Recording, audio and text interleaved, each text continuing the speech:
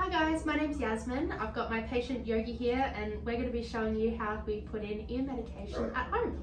So when we dispense ear medication, there might be a few different types that we may give you depending on the actual infection that's going on with your little one at home. But the way that we put it in the ears is exactly the same. So for the purpose of today, I'm just going to do a mock example, but it'll be very similar to how you guys would actually do it at home with either type of medication. So I'll show you guys up close the anatomy of the ear, and then I'll show you how we prepare the medication and how we would position it into the ear canal itself to avoid any damage to the ear canal and stuff like that. So if you want to come up a bit closer, it's just laying down. So the ear canal, I'll show you on this ear just because it's facing this way at the moment. So the ear canal, when you open up the ear flap itself, a lot of this looks very confusing, but a lot of it actually goes nowhere. So any of this stuff at the back here doesn't lead to anywhere. It's just a bunch of folds and things like that. And then the actual ear canal is this one right near my thumb here that points towards the angle of his jaw. So it goes on an angle. You stop moving, you're all right. So it goes on an angle like this, and so when we put the medication in his ear, we want to be really careful that we're not pointing really hardly down on his ear or pointing inwards towards his head, but we're actually positioning it towards his jaw or towards his nose. Otherwise, we're not really going to get the medication into his ear canal. When we tell you guys to massage the medication in, if you sort of grab around the ear base and in the direction of his jaw as well, you'll feel this firm sort of cartilage cone-shaped ear canal. And that's where when we tell you to massage, that's exactly what you're going to squeeze, because that's going to be massaging his ear canal to get his medication from this point further down into his ear canal to treat that infection that's sort of growing down there. So the main two types of medication that we would dispense, depending on the ear infection we've got, is exotic, which I'll show you guys what that looks like. It's this big bottle here. Sit down. It's this big bottle here, and it looks a bit daunting, but it's got this big point on it. And when we tell you to, we'll sort of prime it for the first time. We'll put the first dose in with you guys in the clinic. But to prime it, you sort of give it a really good shake, and it's got this little metal ball in the bottom that helps to dispense all of the antibiotics and medication within it. So give it a really good shake at home. You'll hear it clicking in the bottom there, and then when you prime it, we'll do that for you at the start. But each pump will be one dose, and when we put it in the ear, we don't need this full attachment in the ear canal itself, because we risk hitting the eardrum. We want to just put a tiny little bit, just the tip, into the ear, and then the main job is getting it massaged into those ear canals that gets it nice and deep in there. Take a seat for me. Good boy.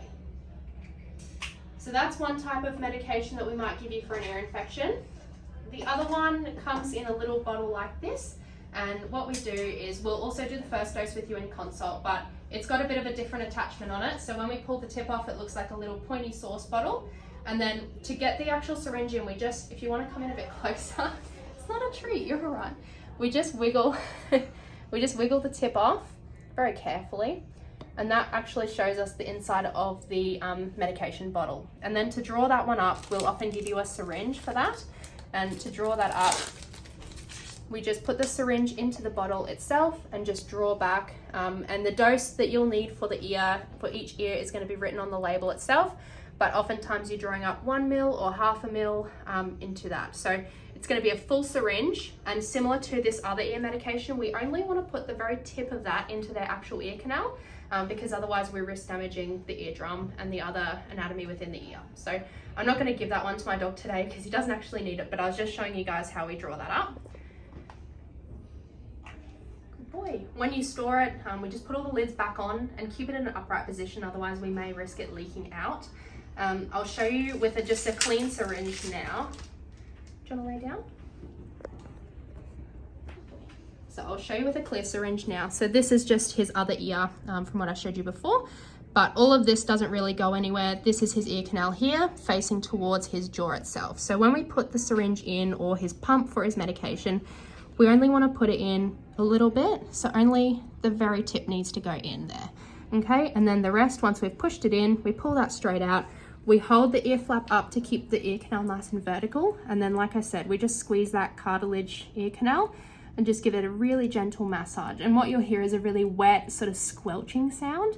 And that means it's doing its job. It's getting right deep in that ear canal for him and getting that medication to help fix that infection that's going on.